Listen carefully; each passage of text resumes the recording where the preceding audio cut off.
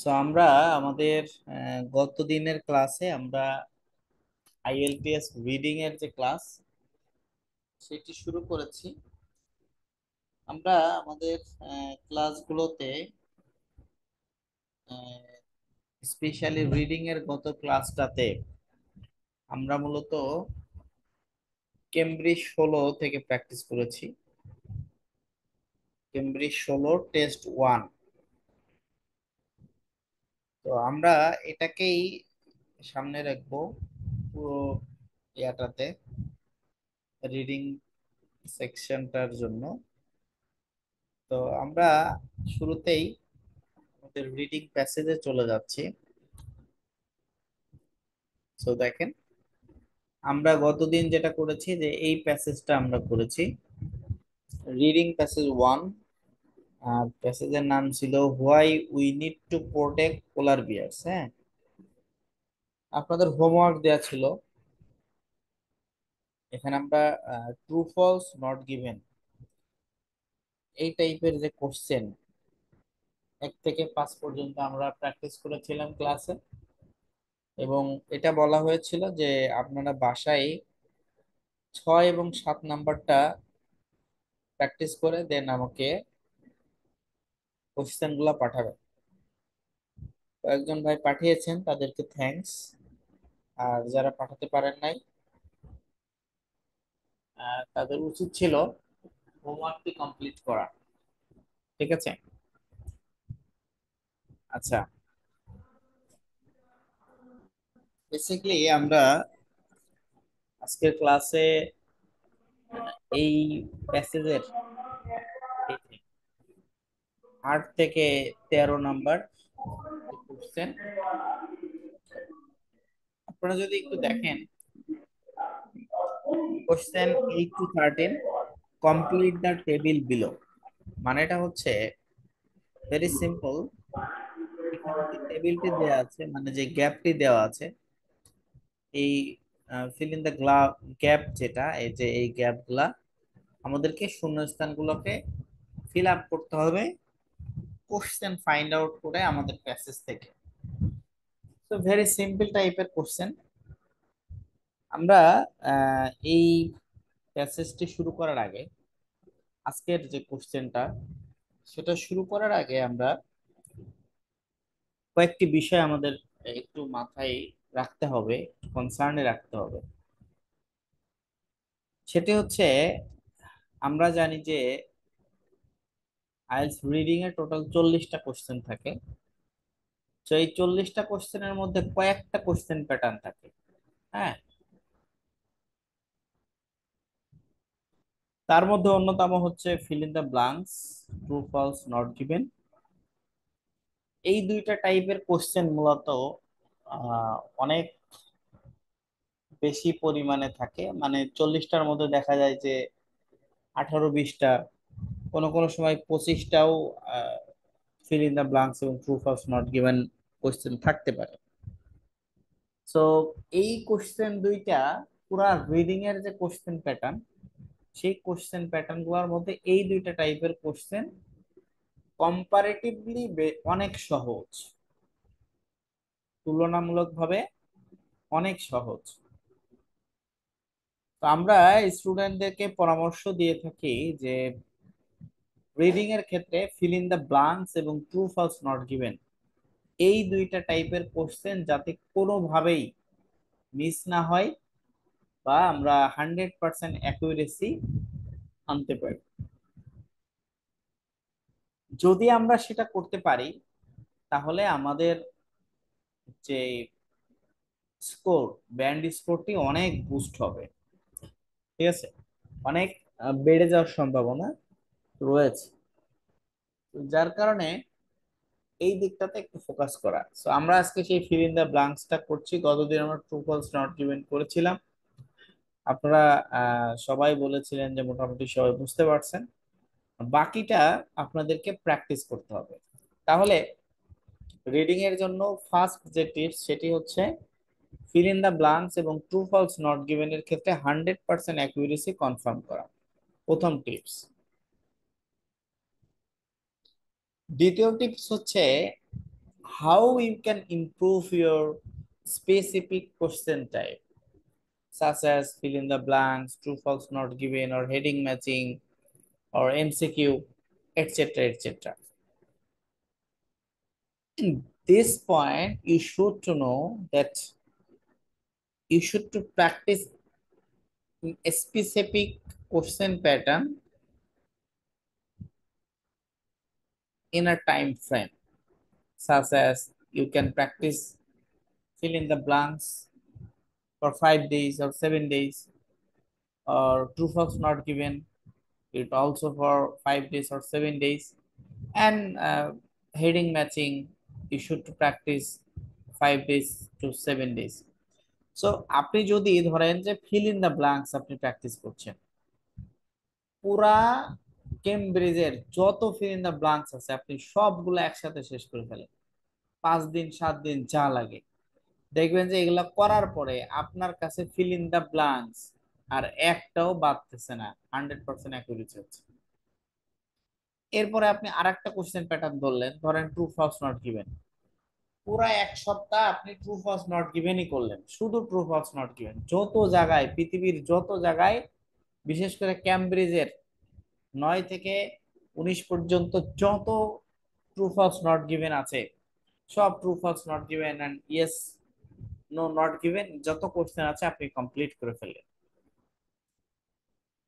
যদি আপনি এটা করতে পারেন তাহলে দেখবেন ওই স্পেসিফিক টাইপের কোশ্চেন আপনাকে খুব বেশি সাফার করতে হচ্ছে না, সেখানে আপনি খুব চমৎকার করে সেটা বুঝতে পারছেন। এটা হচ্ছে যে আজকের দিনের অন্যতম একটা সেরা ফাংশন বা টিপস। এখন আমরা এই যে ফিল ইন দ্য ব্লাঙ্কস যে টাইপের কোশ্চেন সেটা আমরা শুরু করব। দেখেন এইখানে এই যে choose one word only from the passage for each answer, প্রতিটি অ্যান্সারের জন্য একটা করে ওয়ার্ড আপনাকে চুজ করতে হবে। তার মানে এই গ্যাপে যে অ্যান্সার গুলো হবে সেটা কয়টা ওয়ার্ড সম্পূর্ণ হবে,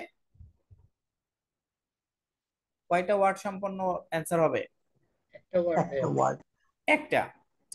দেখেন এই জিনিসটাকে ওরা একটু বোল্ড করে দিয়েছে, ওয়ান ওয়ার্ড অনলি। এখানে যদি লেখা থাকতো no more than 2 words or no more than 3 words, তাহলে যেটা হতো আপনার এই গ্যাপে কিন্তু নো মোর দ্যান 2 ওয়ার্ডস মানে দুইটা ওয়ার্ডের অ্যান্সার হইতে পারত, নো মোর দ্যান 3 ওয়ার্ডস মানে তিনটা ওয়ার্ডের অ্যান্সারও হইতে পারে, দুইটাও হতে পারে, তার মানে তিনটার বেশি নাই, তার মানে দুইটা হতে পারে, তিনটা হতে পারে, একটা হতে পারে। সেক্ষেত্রে আমাদের জন্য বিষয়টা একটু ডিফিকাল্ট হয়ে যেত যে কোন গ্যাপে দুইটা ওয়ার্ডের অ্যান্সার হবে, কোন গ্যাপে তিনটা ওয়ার্ডের, কোন গ্যাপে চারটা ওয়ার্ডের। যখন তারা স্পেসিফিক ভাবে বলে দেয় one word only for each answer, so এই জায়গাটাতে আমাদের মোটামুটি জিনিসটা সহজ হয়ে যায়। আমি আপনাদেরকে গ্রামার ক্লাস দিয়েছিলাম, গ্রামারের ক্লাসগুলো সবাই করেছেন, করতে পারেন নাই কে কে? ভাইয়া আমি করতে পারি নাই। আচ্ছা, লাইভ চলে এখন। ভাইয়া গ্রামারের ক্লাসটা অবশ্যই করা, সেকেন্ড ক্লাসটা করা হয় নাই। গ্রামারের ক্লাসটা অবশ্যই করা উচিত ছিল, কারণ আমি আপনাদেরকে দিয়েছি যে ক্লাসটি।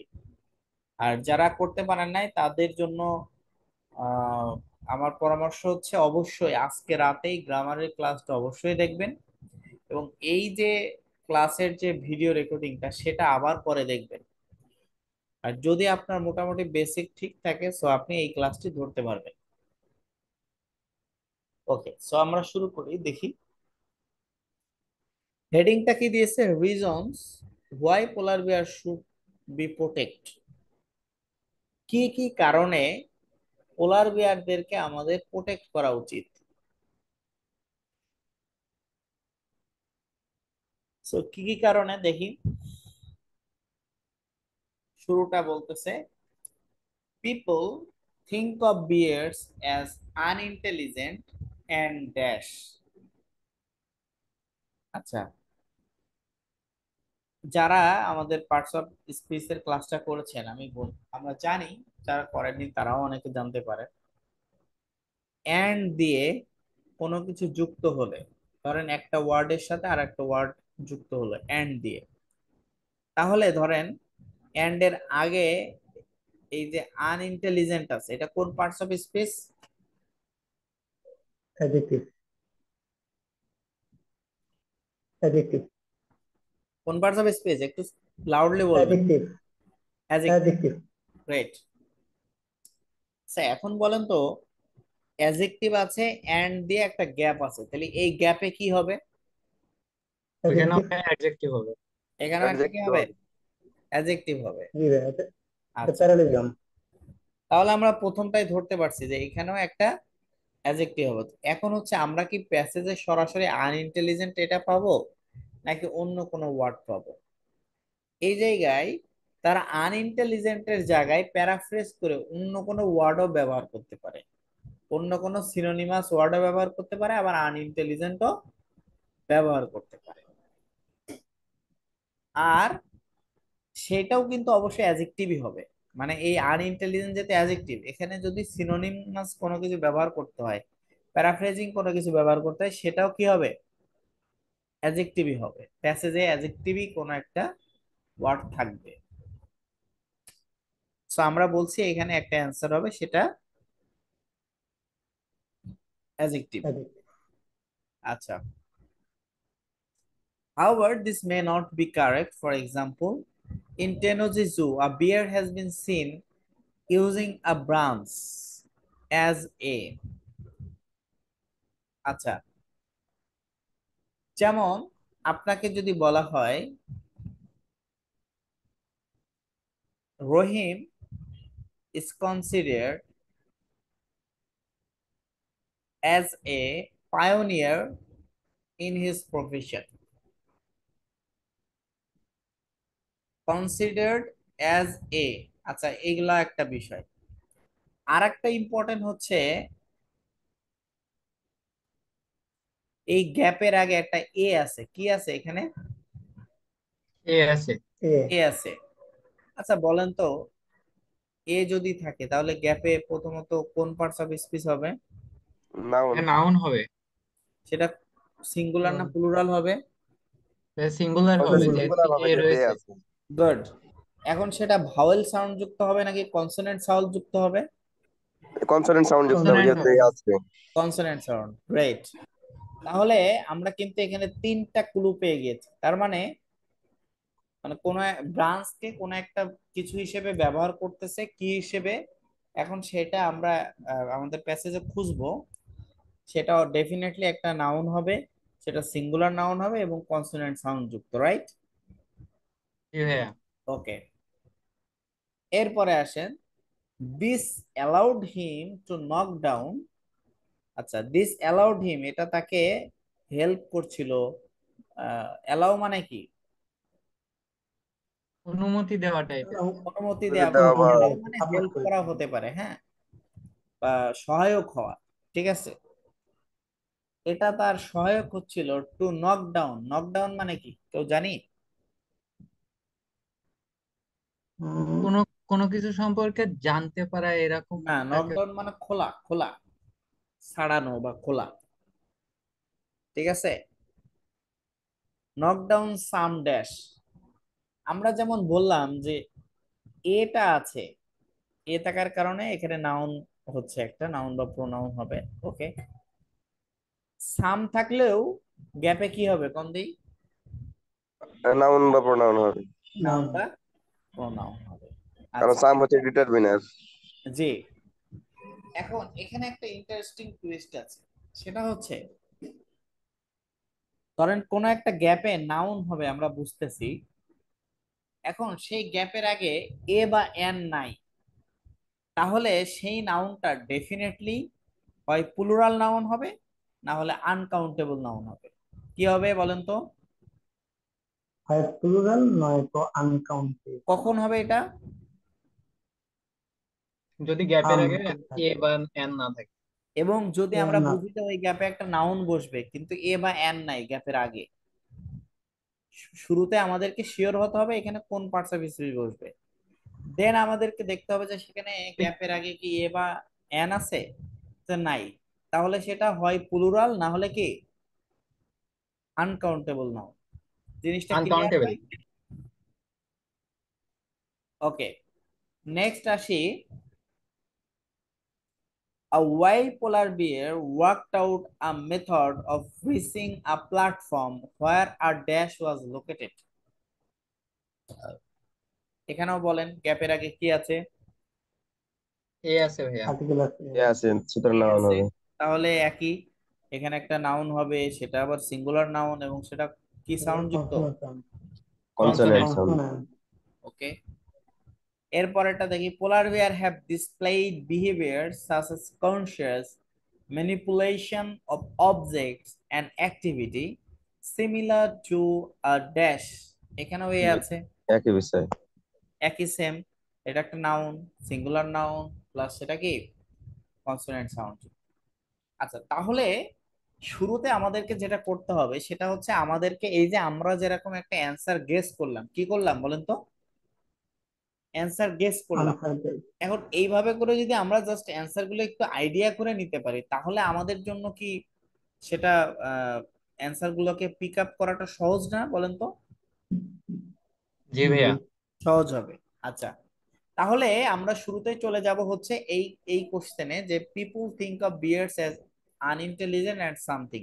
তাহলে আনইন্টেলিজেন্ট এই শব্দটাও পাইতে পারি বা এটার কোনো সিনোনিমাস কোনো ওয়ার্ডও পাইতে পারি। কোথায় পাইতে পারি? এই যে ট্রু ফলস নট গিভেন শেষ হয়েছে কোথায়?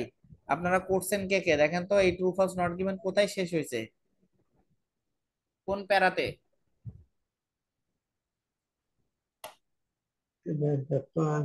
এই যে বেনিফিট, এই প্যারাটাই শেষ হয়েছে না? হ্যাঁ। ফাইনালি জি। এইটাতে জি, ওই শেষ হয়েছে। সেন্টেন্সে শেষ। জি। সো এখানে যদি 7 নাম্বার কোশ্চেন শেষ হয়, তাহলে 8 নাম্বার কোশ্চেন শুরু হবে কোথা থেকে? এই যে আগের প্যারা থেকে না পরের প্যারা থেকে? পরের প্যারা থেকে। পরের প্যারা থেকে। সো তাহলে আমরা পরের প্যারাটা চলে আসি, এই যে 8 নাম্বার কোশ্চেনটা আমরা এখান থেকে খুঁজবো। তাহলে পড়া শুরু করি।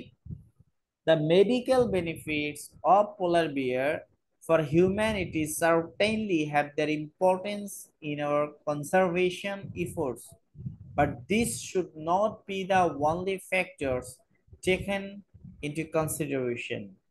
We tend to want to protect animals we think are intelligent and possess emotions. আচ্ছা, এই দেখেন ইন্টেলিজেন্ট শব্দটা আছে এখানে, কিন্তু আনইন্টেলিজেন্ট নাই। সো ইন্টেলিজেন্ট মানে ভিন্ন অর্থ। and possess emotions such as elephants and primates. Bears, on the other hand, seem to be perceived as stupid and in many cases violent. আচ্ছা, bears স্টুপিড হবে। on the other hand seem to be perceived as stupid. Stupid মানে কি? Unintelligent কি চলবে? হ্যাঁ, intelligent মানে এই মানে স্টুপিড মানে কি আনইন্টেলিজেন্ট। স্টুপিড মানে কি আনইন্টেলিজেন্ট। বোকা আর কি। আনইন্টেলিজেন্ট। জি। তাহলে স্টুপিড মানে যদি আনইন্টেলিজেন্ট হয়, তাহলে স্টুপিড এর পরে অর্থাৎ আনইন্টেলিজেন্ট এর পরে কি আছে? এন্ড আছে। Violent. And in many cases violent. আচ্ছা, এন্ড এর পরে অ্যাডজেক্টিভ কোনটা? ভায়োলেন্ট। ভায়োলেন্ট। ভায়োলেন্ট। আচ্ছা, এন এর পর এই এন্ড এর পরে দেখেন ইন, মেনি, কেসেস, এগুলো তো কোনোটাই অ্যাডজেক্টিভ না, তাই না? আমাদের লাগবে কোনটা? Adjective adjective. লাগবে। অ্যাডজেক্টিভ। তাহলে অ্যাডজেক্টিভ কোনটা? ভায়োলেন্ট। ভায়োলেন্ট। তাহলে আমরা যদি এই যে এখানে বলি, সরি, এই যে এখানে people think of bears as unintelligent, I mean as stupid and violent, হয় কি না জি। জি। ভাই? হয়। হয় ভাই। জি ভাইয়া। জি। সো এটা যদি হয় তাহলে আমরা প্রথম কোশ্চেনের অ্যান্সারটা পেয়ে গেলাম যে people think of bears as unintelligent and violent, answer violent। ওকে, এরপরে দেখেন ইন টেনোজি জু। তাহলে শুরুতেই আমাদের খুঁজতে হবে টেনোজি জু সম্পর্কে কোথায় কথা বলছে, কোন লাইনে কথা বলছে। এরপরে টেনোজি জুতে দেখা গেছে একটা বিয়ার হ্যাজ বিন সিন, একটা বেয়ারকে দেখা গেছে সে ইউজিং এ ব্রাঞ্চ ব্যবহার করতেছে একটা ব্রাঞ্চ মানে কি ডাল বা শাখা, ঠিক আছে, জি অ্যাজ এ ড্যাশ, অর্থাৎ কোনো একটা কাজে কোনো একটা ডাল বা লাঠি এ জাতীয় কোনো কিছু ব্যবহার করছে কোনো একটা বিষয় হিসেবে, মানে সেটা হতে পারে কোনো একটা ইকুইপমেন্ট হিসেবে, হ্যাঁ, হতে পারে সেটা ঢাল হিসেবে ব্যবহার করতেছে বা অন্য যে কোনো কিছু হিসেবে। আমরা বলি না যে এটাকে সে ঢাল হিসেবে ব্যবহার করছে বা এটাকে সে আহ অন্য একটা অস্ত্র বস্তু হিসেবে ব্যবহার হিসেবে একটা করছে। উপমা দিই যে এটা হিসেবে সে ব্যবহার করছে, তাই না? জি।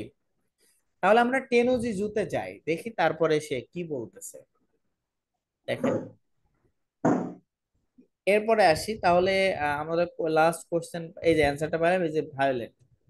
And yet, anecdotal evidence from the field challenges those assumptions, suggesting, for example, that polar bears have good problem-solving abilities. A male bear called Gogo in Tennessee Zoo, দেখেন টেনোজি জু নিয়ে শুরু হয়ে গেছে, হ্যাঁ, একটা মেল বিয়ার যাকে গোগো বলা হয় ইন টেনোজি জুতে, ওসাকা, ওসাকা হচ্ছে জাপানের রাজধানীর নাম বা জাপানের একটা শহরের নাম, তাই না? জি। অর্থাৎ জাপানের একটা শহরের টেনোজি জু নামে একটা জুতে একটা চিড়িয়াখানায় গোগো নামের একটা মেল বিয়ার ছিল, হ্যাজ বিন অবজার্ভ, তাকে দেখা যাচ্ছিল, মেকিং, সে কিছু একটা করছিল, তৈরি করছিল, ব্যবহার করে, অফ এ টুল, একটা, টু ম্যানিপুলেট হিজ এনভায়রনমেন্ট। দেখেন, তার আশেপাশের এনভায়রনমেন্টটাকে ম্যানিপুলেট করার জন্য সে টুল হিসেবে কিছু একটা ব্যবহার করছিল। কি ব্যবহার করছিল? The bear used a tree branch on multiple occasions, একটা গাছের ডাল ব্যবহার করছিল কি হিসেবে? টুল হিসেবে, ঠিক আছে। তাহলে সে তার আশেপাশের পরিবেশকে ম্যানিপুলেট করার জন্য, কন্ট্রোল করার টুল হিসেবে ব্যবহার করছিল কি? গাছের একটা গাছের ডাল, ডাল। ব্রাঞ্চ, তাহলে কি হিসেবে ব্যবহার করছিল সে? টুল হিসাবে। টুল। আচ্ছা, এখানে যদি আমরা দিই in Tennoji zoo a bear has been seen using a branch as a tool, answer tool, কি হয় ভাই? দেখেন তো হ্যাঁ হয়। মিলে কিনা অ্যান্সারটা এর সাথে? জি মিলে তো। জি মিলে। এবং আমরা যে অ্যান্সারটা খুঁজতেছি যে একটা নাউন, সিঙ্গুলার নাউন এবং সেটা কনসোনেন্ট, সেটা মিলে, জি জি সেটাও কিন্তু মিলে। তাহলে আমরা এখানে টুল দিব, ভেরি সিম্পল। ওকে, এরপরে দিস অ্যালাউড হিম, দিস মানে কি? ওই যে গাছের ডালটা, টুলটা, জি ওই যে ডাল, হ্যাঁ, দিস অ্যালাউড হিম, এটা তার সহায়ক হচ্ছিল বা সাপোর্ট দিচ্ছিল, হেল্প করছিল, টু নক ডাউন, ছাড়াতে, সাম ড্যাশ, কিছু একটা ছাড়াচ্ছিল সে, এই ডালটা দিয়ে কি করছিল? কিছু একটা, ছাড়াতে নকডাউন পারতেছে। মানে খোলা বা ছাড়ানো, এরকম আর কি, ঠিক আছে। আচ্ছা, আমরা তাহলে পড়ি পরের লাইনটা। The bear used a tree branch on multiple occasions, সে ওই যে গাছের ডালটা অনেক কাজে ব্যবহার করছিল, অনেকগুলো অকেশনে ব্যবহার করছিল, টু ডিসলজ, ডিসলজ মানে কি জানেন? নকডাউন, ডিসলড মানে নকডাউন বলা যায়। ডিসলজ মানে হচ্ছে খোলা, ডিসলজ মানে খোলা বা নকডাউন, ছাড়ানো। ডিসলজ মানে কি ভাই? Dislodge নকডাউন, মানে হচ্ছে ছাড়ানো নকডাউন। কি ছাড়াচ্ছিল? আ পিস অফ মিট, এক টুকরো মাংস, hang out of his wrist, যেটা ঝুলানো ছিল। অর্থাৎ ওই টেনোজি যুগতে এই মেল বিয়ারকে, তার হাতে যে গাছের ডালটা ছিল সে এটাকে প্রথমত তার আশেপাশের এনভায়রনমেন্টটাকে ম্যানিপুলেট করার জন্য টুল হিসেবে ব্যবহার করছিল, একটা মাধ্যম হিসেবে। দ্বিতীয়ত, সে এটাকে মাল্টিপল অকেশনে ব্যবহার করছিল, যেমন হচ্ছে কি, dislodge a pitch of meat, এক টুকরো মাংস ছাড়ানোর জন্য, অর্থাৎ যেটা ঝুলানো ছিল তার সামনে। তাহলে নকডাউন সাম কি বলেন তো? দিস অ্যালাউড হিম, ওই ডালটা তাকে সহায়ক হচ্ছিল, টু নক ডাউন, ছাড়াতে, সাম ড্যাশ, কি সাম কি? মিট, সাম মিট। এখন বলেন তো আমরা যেটা গেস করলাম যে এই যে মিটটা, এটা কোন parts of speech? Meat noun. Noun. Noun. এটা কি ম্যাটেরিয়াল নাউন। সিঙ্গুলার নাউন নাকি প্লুরাল নাউন নাকি আনকাউন্টেবল নাউন? Material noun. হ্যাঁ, uncountable. Uncountable noun. Uncountable uncountable. Noun. Great. Material noun. এটা কি গোনা যায় না তো, তাই না? জি। Uncountable noun. হ্যাঁ, সো এটা আনকাউন্টেবল নাউন। তাহলে কি আমরা আমাদের যে এক্সপেকটেশন অনুযায়ী অ্যান্সার পেয়েছি কিনা? ওকে, এরপরে পরেরটাতে চলে আসি 11 নম্বরে। A wild polar bear worked out a method of reaching a platform where a dash was located. একটা ওয়াইল্ড পোলার বিয়ার ওয়ার্কড, সে কাজ করছিল, ওয়ার্কড আউট, একটু হাঁটাহাঁটি করছিল আর কি, আ method of reaching a platform, কোন একটা প্ল্যাটফর্মে পৌঁছানোর জন্য বা প্ল্যাটফর্মে যাওয়ার জন্য, ওঠার জন্য, হোয়ার আ ড্যাশ ওয়াজ লোকেটেড, যেখানে কোন একটা নাউন, লোকেটেড মানে অবস্থান করার, অবস্থান করছিল, ঠিক আছে? কোন একটা নাউন, সেটা কোনো ব্যক্তি হতে পারে, কোনো বস্তু হতে পারে, উই ডোন্ট নো, আমরা সেটা প্যাসেজ খুঁজে তারপরে আমরা কনফার্ম করবো, দেখি। তাহলে ওয়াইল্ড পোলার বিয়ার একটু হাঁটাহাঁটি করছিল, দৌড়াদৌড়ি করছিল, ঠিক আছে, কোন একটা প্ল্যাটফর্মে পৌঁছানোর জন্য, এবং যা যেখানে কি ছিল, একটা কোন একটা নাউন অবস্থান করছিল, সেটা কোনো ব্যক্তি হতে পারে, বস্তু হতে পারে। সো আমরা তাহলে দেখি কি বলে। তো আমরা এই যে এখানে ছিলাম, এই যে লাস্ট হচ্ছে হিজ রিস problem solving ability has also been witnessed in wild polar bears. এবং এটাও দেখা যাচ্ছিল যে ওয়াইল্ড পোলার বিয়ারদের মধ্যে যে কোনো সমস্যা সমাধানের বেশ আহ, একটা প্রখরতা ছিল বা পারদর্শিতা ছিল।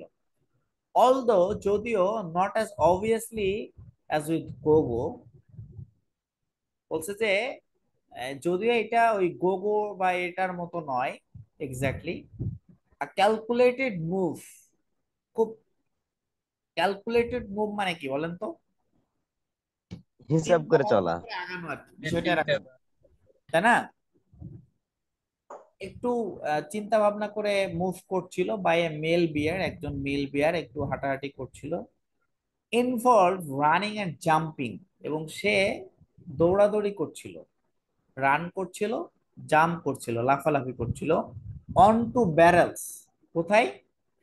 ব্যারেলস এর উপর গুলাতে, in an attempt to get a photographer, এবং সে একটা অ্যাটেম্পটও নিচ্ছিল যেখানে ফটোগ্রাফার, একজন ফটোগ্রাফার স্ট্যান্ডিং, লোকেটেড ছিল, ওই যে ওখানে ছিল লোকেটেড ছিল না, এখানে স্ট্যান্ডিং আছে, কি আছে? Standing on a platform for 4 metre size, এখানে বলছে যে একটা ফটোগ্রাফার অবস্থান করছিল এই প্ল্যাটফর্মে, যেটা 4 মিটার উঁচু, অর্থাৎ 4 মিটার উঁচু একটা প্ল্যাটফর্মে একজন ফটোগ্রাফার অবস্থান করছিল। আর অন্যদিকে কি করছিল, একটা মেল বিয়ার, সে খুব ক্যালকুলেটিভ চিন্তা ভাবনা করে একটু ভেবে চিন্তে মুভ করছিল, হ্যাঁ, কখনো কখনো রানিং করছিল, জাম্পিং করছিল ব্যারেল গুলার উপরে। আচ্ছা দেখেন, আপনার কি মনে হইতেছে না যে এই সেন্টেন্সের মধ্যে অ্যান্সার আছে? এটা কি আপনি শিওর কিনা প্রথমত বলেন তো? জি ভাই, এখানে আছে। এখানে অ্যান্সার আছে। আচ্ছা, এখন যদি আমরা আসি, দেখেন, তাহলে এই সেন্টেন্সে আমাদের লাগবে কোন পার্টস অফ স্পিচ? এর নাউন লাগবে। নাউন লাগবে। আমরা এখন এই পার্টস অফ, মানে এই পুরো সেন্টেন্সের মধ্যে আমরা নাউন গুলা খুঁজে বের করব, ঠিক আছে? আমরা বলেছি যে আমাদের একটা নাউন লাগবে এবং একটা সিঙ্গুলার নাউন, যেহেতু গ্যাপের আগে একটা এ আছে। তাহলে প্রথমে আসেন, a calculated move by a male bear. তাহলে মেল বিয়ার কি কোন পার্টস অফ স্পিচ? এটাও নাউন। নাউন। নাউন। Noun. আচ্ছা, মেল বিয়ার নিয়ে ওইখানে এটা নিয়ে কথা আছে না? আচ্ছা, জি আমরা স্যার, এটাকে আছে। ধরতেছি মেল বিয়ার। আচ্ছা, আপাতত আমি ধরি involve running and jumping onto barrels, এটা নাউন না? জি প্লুরাল, ভাই। এটা নাউন প্লুরাল। নাউন, কিন্তু সেটা কি প্লুরাল? প্লুরাল আমরা প্লুরাল তো খুঁজবো না, তাই না? হুম। আচ্ছা, সিঙ্গেল। এরপরে আসেন, ইন অ্যান অ্যাটেম্পট, এই অ্যাটেম্পটা কোন parts of speech? Vowel sound আবার হ্যাঁ, নাউন হয়। অ্যাটেম্পটা কিন্তু নাউন। প্রথমত অ্যাটেম্পটা কি? নাউন। নাউন। আবার সেটা Noun. সিঙ্গুলার। দেখেন দুইটা হুম। কিন্তু মিলে যাচ্ছে, কিন্তু তৃতীয় অপশনে গিয়ে কিন্তু মিলতেছে না, যে এটা কিন্তু ভাওয়েল সাউন্ড, ভাওয়েল তাই না? আমাদের লাগবে কি? Consonant sound. কনসোনেন্ট সাউন্ড লাগবে। Consonant. তো এটাও মিলতেছে না। আচ্ছা, টু গেট আ ফটোগ্রাফার, এটা মিলে। এটা মনে হচ্ছে যে মোটামুটি মিলতেছে, তাই না? প্রথমে তো হুম। একটা নাউন, সিঙ্গুলার নাউন, আবার কনসোনেন্ট সাউন্ড যুক্ত। এরপরে আসি, আমরা শেষ করি, দেখি স্ট্যান্ডিং অন আ অনেক প্ল্যাটফর্ম। প্ল্যাটফর্ম। দেখেন এটা প্ল্যাটফর্ম, এটাও মিলে না? মিলে। মিলে কিনা? জি। মিলে। তাহলে এই প্ল্যাটফর্মও দেখেন, এটা নাউন, সিঙ্গুলার নাউন এবং পুরো কনসোনেন্ট সাউন্ড। এখন আমরা আসি, দেখেন আমরা যদি এই অ্যান্সারে আসি, দেখেন এই যে এখানে প্ল্যাটফর্ম আছে। এই যে প্ল্যাটফর্ম, এটা অলরেডি এই কোশ্চেনে আছে না? আছে। আবার এই যে বিয়ার, ওইখানে মেল আছে। বিয়ার ছিল, বিয়ারও আছে না? হুম। আছে। তার মানে আমরা তিনটা নাউন পেয়েছি যে এটা হতে পারে। যেমন ওইখানে ছিল আ মেল বিয়ার, তার মানে কি এই বিয়ারটা, তাই না, এই পোলার বিয়ার। সো তাহলে বিয়ারটা ছিল প্রথমে, এটা মাইনাস হলো। এরপর আমরা আসি প্ল্যাটফর্ম, আমাদের কাছে প্ল্যাটফর্ম মনে হয়েছে প্ল্যাটফর্ম হতে পারে, প্ল্যাটফর্মও এটা এখানে মাইনাস। আছে, এটাও মাইনাস হলো। তাহলে বাকি থাকলো কি? ফটোগ্রাফার। ফটোগ্রাফার। আবার ফটোগ্রাফারের পরে ওখানে আছে স্ট্যান্ডিং, যেটা এখানে আবার রয়েছে লোকেটেড, মানে অবস্থান করছিল। স্ট্যান্ডিং মানে কি? সে অবস্থান করা। লোকেটেড মানে অবস্থান করা। অবস্থান করছিল। সো এই যে আমাদের একটা সামঞ্জস্যতা, এবং আমরা যদি এই গ্যাপে ফটোগ্রাফার শব্দটা দিই, দেখেন তো আমাদের এই সেন্টেন্সের টোন এবং মুড ঠিক থাকে কিনা, যে while polar bear worked out a method reaching a platform where a photographer was located, হয় কিনা? হয়।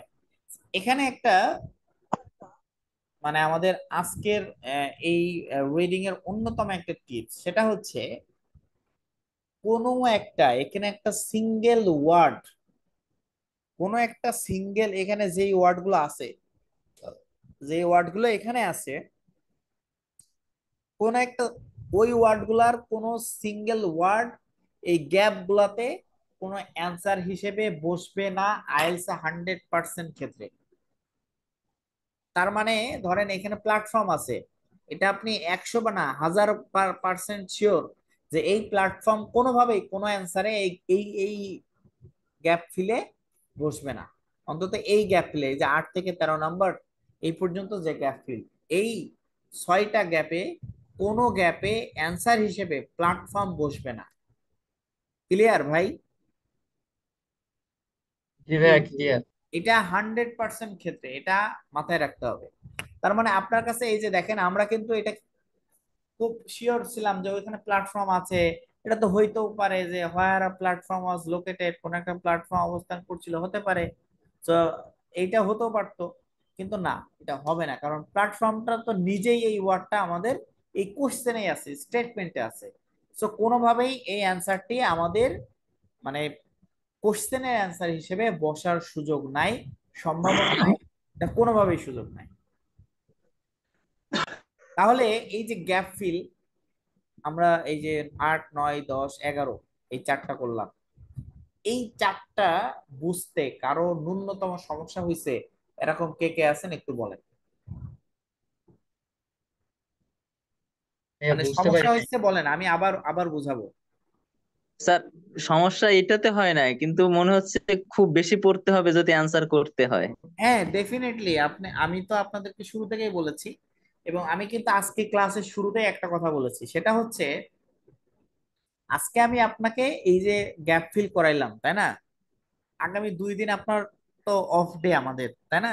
আবার ক্লাস তো সানডে, তাই না? এই 2 দিন আপনি মিনিমাম এরকম fill in the blanks minimum আপনি 20টা 30টা করবেন। মানে এরকম কোশ্চেন, মানে 20টা 30টা কোশ্চেন না, এরকম 20টা 30টা প্যাসেজের ফিল ইন দা ব্লাঙ্কস করবেন। কিসের বলেন তো? Fill in the blanks. এবং শুরুতেই কোন ফিল ইন দা ব্লাঙ্কস করবেন দেখেন, এই যে ফিল ইন দা ব্লাঙ্কসটা কিন্তু এটা প্যাসেজ 1 এর। প্যাসেজ কিসের? ওয়ানের। ওয়ানের। ওয়ানের। আচ্ছা, আমি আমাদের ক্লাসে এর আগে বলেছিলাম যে রিডিং এর যে 3টা প্যাসেজ থাকে, আমরা এই 3টা প্যাসেজে টোটাল সময় পাওয়া যায় 60 মিনিট। ঠিক আছে, এই 60 মিনিট মানে হচ্ছে 3টা প্যাসেজে 20 মিনিট করে, 3 20 60। এবং এখানে কিন্তু এরা বলেও দিয়েছে you should spend about 20 minutes on question 1 to 13। তার মানে এই যে প্যাসেজ ওয়ানে আপনার 20 মিনিট সময় ইনভেস্ট করার জন্য টাইম পাবেন, যেহেতু 3টা প্যাসেজ 7 মিনিট। আচ্ছা, এখানে যেই কাজটি আপনাকে করতে হবে সেটি হচ্ছে, আমরা যেটা বলি সেটা হচ্ছে আপনার passage one, always passage one easy হয় কম্পারেটিভলি। প্যাসেজ টুটা প্যাসেজ ওয়ানের থেকে আরেকটু টাফ হয়, এবং প্যাসেজ থ্রি আরেকটু টাফ হয়। তার মানে সব থেকে বেশি টাফ হয় প্যাসেজ থ্রি, এর মাঝারি মানের থাকে হচ্ছে প্যাসেজ টু, এবং ইজি মানের প্যাসেজ থাকে হচ্ছে প্যাসেজ ওয়ান। এখন এই আমরা পরামর্শ দিই যে আপনি প্যাসেজ ওয়ানে 15 থেকে 17 মিনিট ব্যয় করবেন, এখানে 3 থেকে 5 মিনিট আপনি সেভ করবেন। প্যাসেজ টুতে গিয়ে আপনি 20 মিনিট ব্যয় করবেন, এবং প্যাসেজ থ্রিতে গিয়ে আপনি 20 মিনিট, তো তার নির্ধারিত ওই সময়টা, পাশাপাশি আপনি প্যাসেজ ওয়ানে যেই 3 মিনিট বা 5 মিনিট যেটা ব্যয় করেছেন, সেটা মানে সেভ করেছেন, সেটাও প্যাসেজ থ্রিতে গিয়ে আপনি স্পেন্ড করবেন। তার মানে প্যাসেজ থ্রিতে আপনি 23 থেকে 25 মিনিট, অর্থাৎ আপনি যদি 3 মিনিট সেভ করতে পারেন প্যাসেজ ওয়ান থেকে, তাহলে 23 মিনিট পাবেন। যদি 5 মিনিট সেভ করতে পারেন তাহলে 25 মিনিট পাবেন। তাহলে এই কাজটি করে আমাদেরকে প্রথমত প্যাসেজ গুলাকে সেভ করতে হবে। এটা আমরা কোর্স মানে এক্সাম ভেন্যুর কথা বলছি, এক্সাম সেন্টারে। কিন্তু আপনি এখন যখন প্র্যাকটিস করবেন বাসায় একদম প্রাথমিক পর্যায়ে, এখন কি আপনি টাইম দেখে করবেন? না স্যার, আপনি এখন কিসের দিকে ফোকাস করবেন বলেন তো? পারি কি না আমি। এখন অ্যাকিউরেসির দিকে। কিসের? অ্যাকুরেসি। অ্যাকিউরেসি। 100% অ্যাকিউরেসি করতে হবে আপনাকে। সেটা যদি একটা প্যাসেজের পেছনে আপনার যদি 4 ঘন্টা সময় লাগে, তো আপনি 4 ঘন্টা সময় দিবেন, কিন্তু একটা প্যাসেজে 13টা কোশ্চেনে আপনাকে সলভ করতে হবে, 13টা কোশ্চেনে আপনাকে পারতে হবে। অর্থাৎ 4 ঘন্টা 5 ঘন্টা যা সময় লাগবে আপনি একটা প্যাসেজের পেছনে দিবেন, অর্থাৎ একটা কোশ্চেনের একদম স্পেসিফিক অ্যান্সার না পাওয়া পর্যন্ত, ততক্ষণ পর্যন্ত আপনি সময় দিবেন।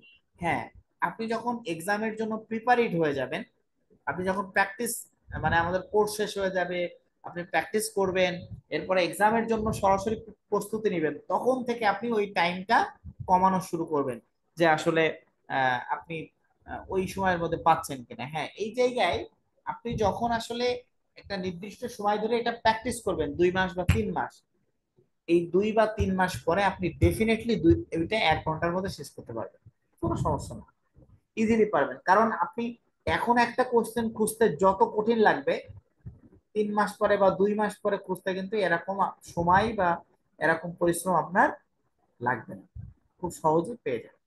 তো তাহলে আমি যেটা বললাম যে আজকে যেহেতু আমরা এই যে ফিল ইন দ্য ব্ল্যাঙ্ক শেষ করলাম, আপনারা আজকে বাসায় যারা কেমব্রিজের বইগুলো কিনেছেন 9 থেকে 19 পর্যন্ত বা 10 থেকে 19 পর্যন্ত, যে যেখান থেকেই কেনেন, এই 10 থেকে 19 পর্যন্ত কেমব্রিজের টোটাল 10টা কেমব্রিজের 10টা বইতে 40টা মানে টেস্ট আছে। ঠিক আছে, এই 40টা টেস্ট আপনাদের জন্য এত গুরুত্বপূর্ণ। এই যে কেমব্রিজের এক একটা সিরিজ বই বের হয়েছে, এই সিরিজটা বের হয়েছে কোথা থেকে জানেন কিভাবে বের হয়? কেমব্রিজ বা আইএলটিএস অথরিটি, এই আইএলটিএস অথরিটি প্রত্যেক বছরে 48 থেকে 50টা টেস্ট নেয়। প্রত্যেক বছরে কয়টা টেস্ট নেয়? 48 থেকে 50টা।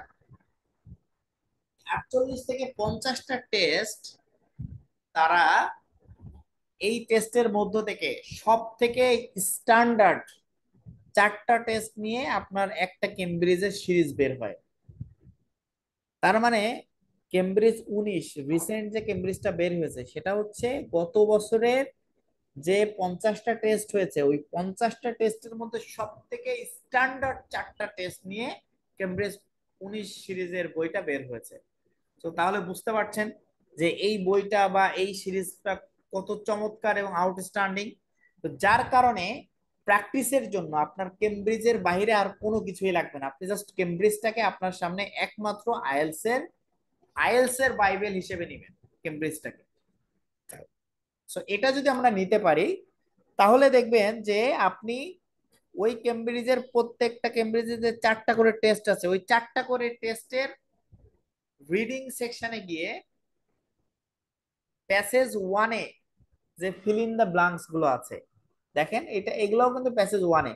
আমরা শুধু প্যাসেজ 1-এর ফিল ইন দ্য ব্লাঙ্কস গুলো প্রথমে প্র্যাকটিস করব, কারণ যেহেতু এই প্যাসেজ 1-এর কোশ্চেন গুলো সহজ হয়, তো আমরা সহজগুলো থেকে আগে প্র্যাকটিস করব। যদি আমরা সহজগুলো থেকে 100% অ্যাকুরেসি করতে পারি, তাহলে একটু কঠিন হলে সেটা আমরা 90% অ্যাকুরেসি করতে পারবো। তো আমরা আগে শুরুতেই প্যাসেজ 1-এর যত ফিল ইন দ্য ব্লাঙ্কস আছে কেমব্রিজের, আমরা সেই ফিল ইন দ্য ব্লাঙ্কস গুলো করবো। দেখেন এটা টেস্ট 1-এর এইটা। আমরা যদি একটু টেস্ট 2-তে যাই, টেস্ট 2-তে গিয়ে দেখি, এই যে দেখেন এটা হচ্ছে টেস্ট 2। হ্যাঁ, টেস্ট 2 রিডিং এ যাই, দেখেন আমরা রিডিং এ আসছি, দেখেন এই যে রিডিং এ দেখেন একদম এই যে শুরুতে ট্রু ফলস নট গিভেন আছে, তাহলে ট্রু ফলস নট গিভেনটা করে ফেলবেন। দেন এখানে দেখেন কি আছে, ফিল ইন দ্য ব্লাঙ্কস আছে, এখানেও ফিল ইন দ্য ব্লাঙ্কস আছে। তাহলে আমরা টেস্ট 2-তে এসে আমরা প্যাসেজ 1-এর ফিল ইন দ্য ব্লাঙ্কস করব।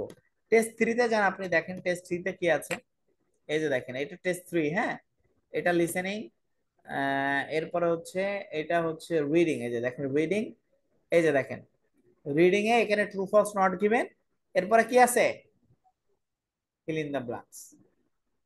তার মানে কি, মানে আইএলস এর অন্যতম একটা রেশিওটা হচ্ছে যে তারা একদম 1 থেকে 13 পর্যন্ত যে কোশ্চেন, অর্থাৎ প্যাসেজ 1-এর যে কোশ্চেন, যেহেতু এটা সহজ হয় আমি বলেছি, এখানে তারা ট্রু ফলস নট গিভেন এবং ফিল ইন দ্য ব্লাঙ্কস দেয়। সো এই ট্রু ফলস নট গিভেন এবং ফিল ইন দ্য ব্লাঙ্কস যদি আপনি 100% অ্যাকুরেসি করতে পারেন প্যাসেজ 1-এর গুলা, এবং এটা পসিবল, আপনি জাস্ট একটু সময় দিলেই পসিবল, এটা ইজি। সো এখানে 13টা কোশ্চেন আপনি ইজিলি কনফার্ম করতে পারবেন। ঠিক আছে, সো আমাদের বাসায় প্র্যাকটিস করতে হবে। এই যে আমি বলেছি যে টেস্ট 1-এর ফিল ইন দ্য ব্লাঙ্কস, কেমব্রিজের রিডিং এর টেস্ট 1 যতগুলো আছে, মানে প্যাসেজ 1 যতগুলো আছে, সেই প্যাসেজ 1-এর ফিল ইন দ্য ব্লাঙ্কস গুলো আপনারা কমপ্লিট করবেন, তাহলেই হবে। ঠিক আছে, জি জামিল ভাই বুঝতে পারছেন স্যার কি এইটা যদি এটা? একটু জি স্যার, বুঝছি। জি, স্যার এইটা একটু যদি পিডিএফটা দিতেন স্যার, এই আচ্ছা বইটা শুধু স্যার। এটা না, আমি আপনাদেরকে পুরো কেমব্রিজের পিডিএফ গুলাই দিয়ে দিব, ঠিক আছে, গ্রুপে। জি স্যার, থ্যাংক ইউ। ওকে, আচ্ছা আর কারো কোনো বিষয় জানার আছে, এই ফিল ইন দ্য ব্লাঙ্কস বা এটা বুঝতে সমস্যা হচ্ছে এরকম কিছু?